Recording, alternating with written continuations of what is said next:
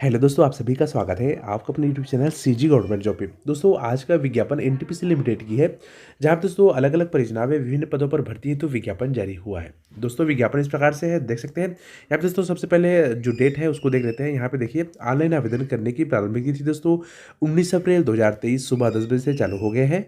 और last date है दोस्तों, यानी कि ऑनलाइन आवेदन जमा करने की अंतिम तिथि है 5 मई 2023 रात 11:59 बजे तक। ठीक है, तो दोस्तों यहाँ पे जो नियमानुसार शुल्क है, उसके शुल्क के माध्यम से दोस्तों आप यहाँ पे आवेदन भेज सकते हैं। चलिए दोस्तों, यहाँ पे पदों का विवरण देख लेते हैं। यहाँ पे दोस्तों पद जो है कोयला खनन का है, जो कि खनन ओवरमैन, ठीक है, ओवरमैन मैग्नीज, यांत्रिकी पर्यवेक्षक, विद्युत पर्यवेक्षक, व्यावसायिक प्रशिक्षण प्रशिक्षक, ठीक है, खनन सिरदार और खनन सर्वेक्षण के पदों पर भर्ती हेतु विज्ञापन जारी किए गए। दोस्तों यहाँ पे पदों का विवरण इस प्रकार से है, देख सकते हैं। रिक्तियां में दिया यहाँ पे दोस्तों दिया हुआ है। ठीक है, पहला पद है खनन ओवरमैन का, जो कि पहला परियोजना का नाम दिया हुआ है। फिर पद की संख्या, ठीक है, उसके बाद दोस्तों लास्ट में आर्थिक रूप से कमजोर वर्ग के लिए जो आरक्षित पद है वो उसका भी विवरण दिया हुआ है। पहले देखिए दोस्तों, परियोजना का नाम है पकरी बर्बादी है। ठीक है, जहाँ पे दोस्तों कुल 54 पोस्ट है, जहाँ पे अनारक्षित का 17 पोस्ट है, जिसमें दोस्तों अनुसूचित जाति का 7+1 दोस्तों यहाँ पे बैकलॉग पोस्ट है। ठीक है, उसके बाद दोस्तों अनुसूचित जाति का देखिए 15 पोस्ट है। पिछड़ा वर्ग में 7+1 बैकलॉग का पोस्ट है वो दोस्तों WES, ठीक है, यानी कि आर्थिक रूप से कमजोर वर्ग के लिए 6 पोस्ट है। इस प्रकार से कुल दोस्तों पकरी बर्बादी में 54 पोस्ट है। अगला दोस्तों NTPC दुलंगा में देखिए कुल 24 पोस्ट है, जिसमें अनारक्षित का 10 पोस्ट है, अनुसूचित जाति का 3 पोस्ट है, 5 अनुसूचित जनजाति का है। ठीक है, उसके बाद दोस्तों यहाँ पे पिछड़ा वर्ग में 3+1 बैकलॉग पोस्ट है, वह दोस्तों EWS के लिए 2 पोस्ट है। ठीक है, उसके बाद देखिए तलईपल्ली में 6 पोस्ट है कुल। ठीक है, यहाँ पे अनारक्षित में 1 पोस्ट है, सॉरी 4 पोस्ट है। अनुसूचित जनजाति का दोस्तों 1 पोस्ट है, वह 1 बैकलॉग पोस्ट पिछड़ा वर्ग में है। उसी प्रकार देख सकते हैं दोस्तों यहाँ पे कुल 84 पोस्ट है खनन ओवरमैन का। सेकेंड नंबर में दोस्तों ओवरमैन का, जो कि मैगजीन का दोस्तों पोस्ट है, जहाँ पे पकरी बर्बादी में दोस्तों कुल 1 पोस्ट है। उसके बाद दोस्तों चट्टी बरियातू में 1 पोस्ट है, किरंदरी में दोस्तों 1 पोस्ट है, तुलंगा में 1 पोस्ट है, तलईपल्ली में दोस्तों 1 पोस्ट है। ठीक है, PBMW में 1 पोस्ट है, बादाम में दोस्तों 1 पोस्ट है। कुल यहाँ पे 7 पोस्ट है ओवरमैन मैग्नीज का। अगला है दोस्तों यांत्रिक पर्यवेक्षक का। परियोजना देखिए यहाँ पे पकरी बर्बादी लिखा है। ठीक है, 1 पोस्ट है। चट्टी बरियातू में 2 पोस्ट है, केंद्री में किरंदरी में दोस्तों 4 पोस्ट है, दुलंगा में दोस्तों 3 पोस्ट है, तलईपल्ली में 2 पोस्ट है, PBNW में 5 पोस्ट है, बादाम में 5 पोस्ट है। कुल दोस्तों यहाँ पे यांत्रिक पर्यवेक्षक का 22 पोस्ट है। दोस्तों यहाँ पे मैं आपको केवल परियोजना में कुल पोस्ट का विवरण बता रहा हूँ। आप विज्ञापन डाउनलोड करके दोस्तों कहाँ पे कितने पोस्ट है विज्ञापन डाउनलोड करके देख सकते हैं। ठीक है, उसके बाद देखिए पद है विद्युत पर्यवेक्षक का। ठीक है, जहाँ पे दोस्तों चट्टी परियातू में 3 पोस्ट है, किरंदरी में 5 पोस्ट है, दुलंगा में 2 पोस्ट है, तलईपल्ली में 3 पोस्ट है, PBNW में 5 पोस्ट है दोस्तों, बादाम में 2 पोस्ट है। कुल दोस्तों यहाँ पे 20 पोस्ट है। अगला पद है देखिए व्यावसायिक प्रशिक्षण प्रशिक्षक का, जो कि पकरी बर्बादी में 1 पोस्ट है, तुलंगा में 1 पोस्ट है, तलईपल्ली में 1 पोस्ट है। कुल दोस्तों यहाँ पे 3 पोस्ट है। अगला पोस्ट है दोस्तों खदान सर्वेक्षण का, जहाँ पे पकरी बर्बादी में 2 पोस्ट है, चट्टी बरियातू में 2 पोस्ट है, किरंदरी में 3 पोस्ट है, तलईपल्ली में 2 पोस्ट है। कुल दोस्तों यहाँ पे 9 पोस्ट है। अगला पद है देखिए खदान सिरदार का, जहाँ पे दोस्तों ML, ठीक है, NML परियोजना का नाम है, NML में कुल दोस्तों 7 पोस्ट है। ठीक है, तो इस प्रकार दोस्तों पद का विवरण हो गया। उसके बाद दोस्तों यहाँ पे देखिए टिप्पणी में दिया हुआ है, उपरोक्त रिक्तियाँ अस्थायी और हमारी आवश्यकता के अनुसार वे बढ़ व घट भी सकती है। ठीक है, सेकंड नंबर देखिए, जब भी किसी भर्ती वर्ष में आर्थिक रूप से कमजोर वर्ग के लिए निर्धारित कोई रिक्ति आर्थिक रूप से कमजोर वर्ग से संबंधित योग्य उम्मीदवार की अनुपलब्धता के कारण भरी नहीं जा सकती है, तो उस भर्ती वर्ष के लिए ऐसी रिक्ति को बैकलॉग के रूप में अगले भर्ती वर्ष के लिए आगे नहीं बढ़ाया जाएगा। अगला है NTPC के कोयला खदान के भू विस्थापित माने जाएंगे। ठीक है दोस्तों, तो ये दोस्तों सभी के लिए है, लेकिन यहाँ पे जो भी भू विस्थापित है, ठीक है, उनको ही भू विस्थापित माना जाएगा।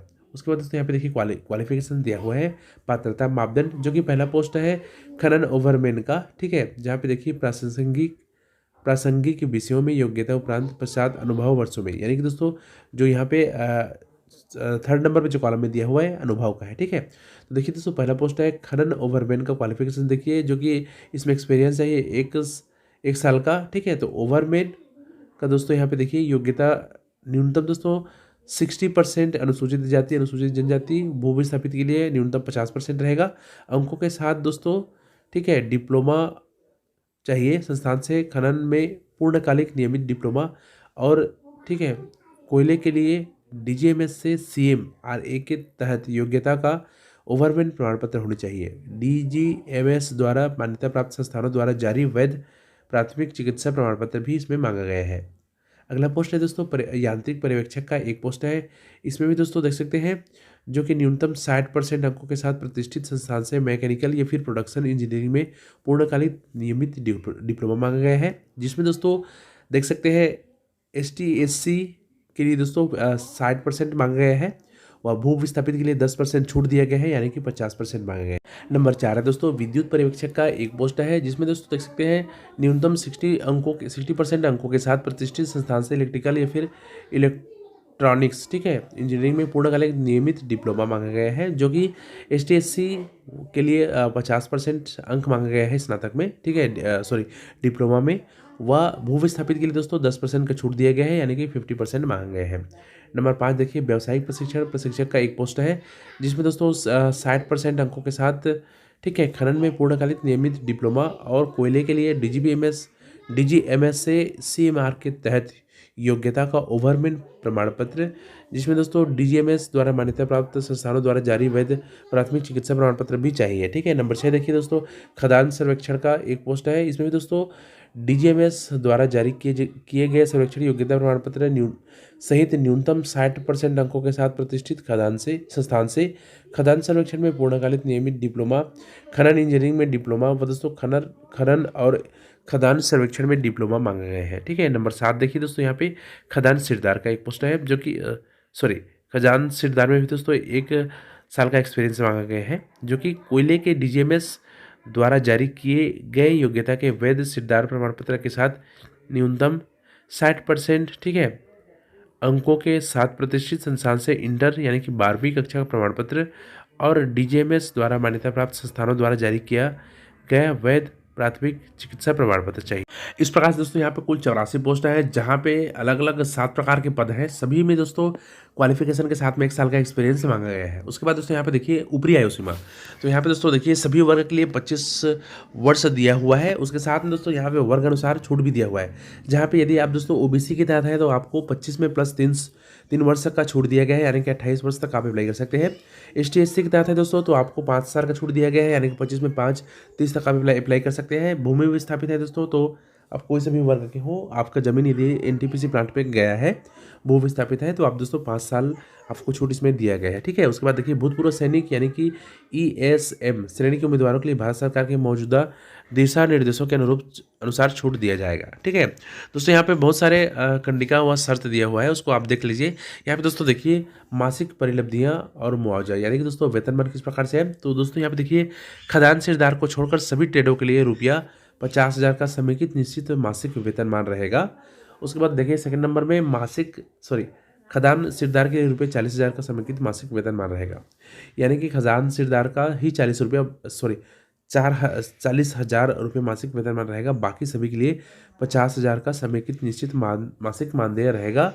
उसके अलावा दोस्तों देखिए इसके अलावा स्वयं पति या पत्नी और 2 बच्चों के लिए चिकित्सा सुविधाएं और आवास किराया भत्ता कंपनी के नियमों अनुसार प्रदान किया जाएगा, ठीक है। आधिकारिक दौरे पर TA/DA की प्रतिपूर्ति कंपनी निम्नानुसार करेगी, जो कि दोस्तों अवधि देखिए परिवीक्षा अवधि 3 वर्ष की होगी, जो कि नियुक्ति की अवधि संगठनात्मक आवश्यकता और संतोषजनक कार्य पर आधारित है, ठीक है। तो दोस्तों यहाँ पे 3 वर्ष का तो परिवीक्षा अवधि रहता ही है, ठीक है। तो यहाँ पे 1 + 2 वर्ष विस्तार योग्य रहेगा, ठीक है।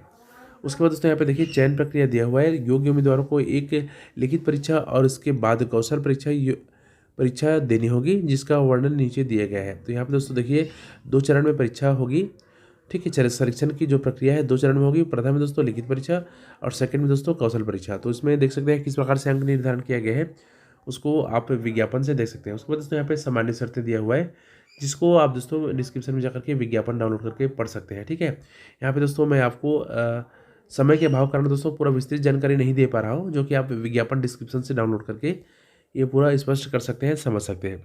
तो दोस्तों ये विज्ञापन जो है डिस्क्रिप्शन में आपको मिल जाएगा, वो ऑफिशियल वेबसाइट का लिंक भी डिस्क्रिप्शन में दिया हुआ है, वहाँ से जाकर के आप अवलोकन कर सकते हैं। तो दोस्तों वीडियो देखने के लिए बहुत बहुत धन्यवाद।